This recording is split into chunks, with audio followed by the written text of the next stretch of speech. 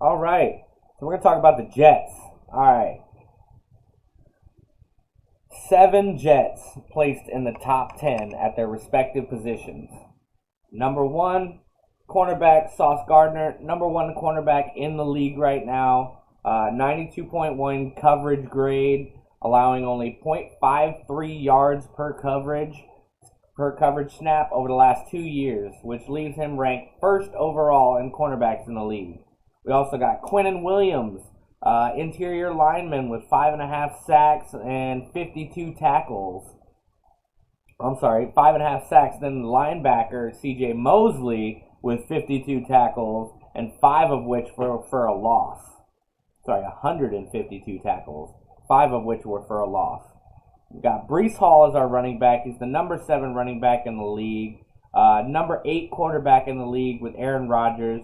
You guys can't forget, this man's a 4-time MVP, even after coming back from an ACL tear that ended his season in 2023 before it even started. His resume alone demands a top ranking in the quarterbacks. I don't think he's over the hill yet. Lots of action expected from Rodgers this year. All or nothing. It's his last season with the Jets, so hopefully he can pull off something amazing for us. We've been waiting quite some time for something like this. Most predictions about Rodgers are bold, and mine aren't any different. I expect the best play of his career. Nothing everyone wants to retire on top. Super Bowl win with the Jets would prove that he's still in top tier form, even as the oldest player in the NFL, because Brady gone. The top is where he sits, and that's where he wants to stay. That's where he's going to want to retire. I don't see him playing another year for any team, let alone, for us again. But let's see what this season holds for us. So, week 1, Jets at San Francisco. We're going to start off with an L in the season. It's going to feel horrible. It's going to look bad. We're gonna cry about it later in the season because it's one of the only losses that we're going to be suffering. They go in to play the Titans in week 2. We're going to win that game. It's going to be relatively, more fluid. The game's going to, it's going to evolve more a little bit, so we're going to be playing a little better, a little less pressure on us, not playing such a hard defense. So Rodgers will be able to come up with a W there. Then the Patriots come into town on a Monday night, and we're gonna whoop them up, man. The poor Patriots they're gonna be starting from scratch, so it's not looking good for them. Broncos at Jets. That's another W for the Jets. We keep on our little winning streak for now. That's 3 in a row, and then we head into Minnesota to play the Vikings. Vikings are going to give us a run for our money, but we're still going to come up with the W because Jets win. This is the one I don't like talking about. Buffalo at the Jets. Supposedly a loss. I hope it doesn't pan out that way. I want to kind of stay on top of Buffalo as far as Josh Allen and them. Our defense is strong. I foresee 2 picks, one by Sauce, one by C.J. Mosley. I don't agree with what we're saying, but it's an L for the Jets there. Jets at Steelers the next week. What is that? Week 6? No, 7. Week 7. Jets at Steelers. Sorry, babe. You're gonna lose that one. She's a Steelers fan, so we're gonna probably have a little sit down for that one and talk about it afterward because it's gonna be a severe beating. Don't put me in handcuffs. Then we go to play the Patriots again at their house in East Rutherford.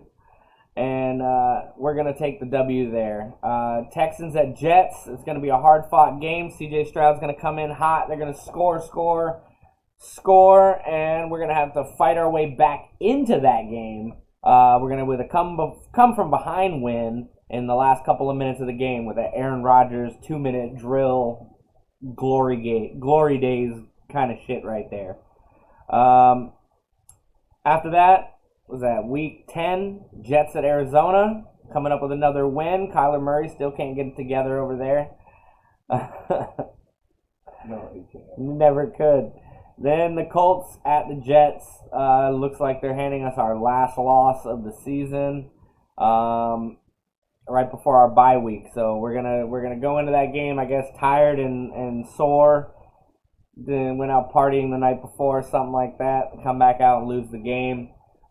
Coach is gonna be mad. Bye week comes. We all rested, relaxed, took our ayahuasca with fucking Rodgers. And then we come out for Seahawks at Jets at home. Jets are going to take the W. Seattle's Geno Smith is going to wish he never left. And I wish he was still at home. We'll see what happens there. Jets at Miami. This is a what the win. This is the one where we come down here to Miami, play them in the heat. He's not happy about it. He's all might. You see the hat coming off. He doesn't want to be seen on the same stream as talking about a Miami loss to the Jets. But here we are. That'll be week 14. Everybody get your tickets for that one because that's going to be fun to watch. Then they move on to Jacksonville on their way home with another win against Trevor Lawrence. Then it's Rams at Jets for week 16 with another win there. And then the Jets go on to Buffalo for their last trip to Buffalo for the season. They're going to be upset they lost the first one. Probably pretty pissed off. They're going to come in there and they're going to show Josh Allen just who the New York Jets are this season and pull off a W. And the last game of the season, Miami at the Jets up in East Rutherford, New Jersey, week 18. It's going to be a hard-fought game. That's going to be the decider for who wins this division as far as the AFC East is concerned. Miami and the Jets are going to be the teams to look at and watch. I see the Jets pulling off a W and sweeping Miami for the season, but I'm sure there's going to be other people that have different views on that. So we'll see how that goes. All my predictions in, that puts the Jets at 14-3 on the season, and fingers crossed, hopefully in the lead. Yeah. Based on that, that would mean that no matter what, the Chiefs would need to play Week 18. They would have to play hard. They would have to play Week 18 to beat the Broncos to go to 14-3. Because if you guys are at 14-3, then you guys would be. That would be the fight for the AFC. AFC. 13-3 seed going into Week 18 as well. Yeah, seed 1. That would be fighting for number 1 seed. Hard to grasp that, right? To think, yeah. Last year, it could have been like that last year too. Crazy. Fingers crossed. Crazy. Knock on wood. Crazy. All that superstitial stuff you can do. Let's go ahead and do that. Don't agree with it? That's too bad. Like and subscribe anyways. Like and subscribe anyways.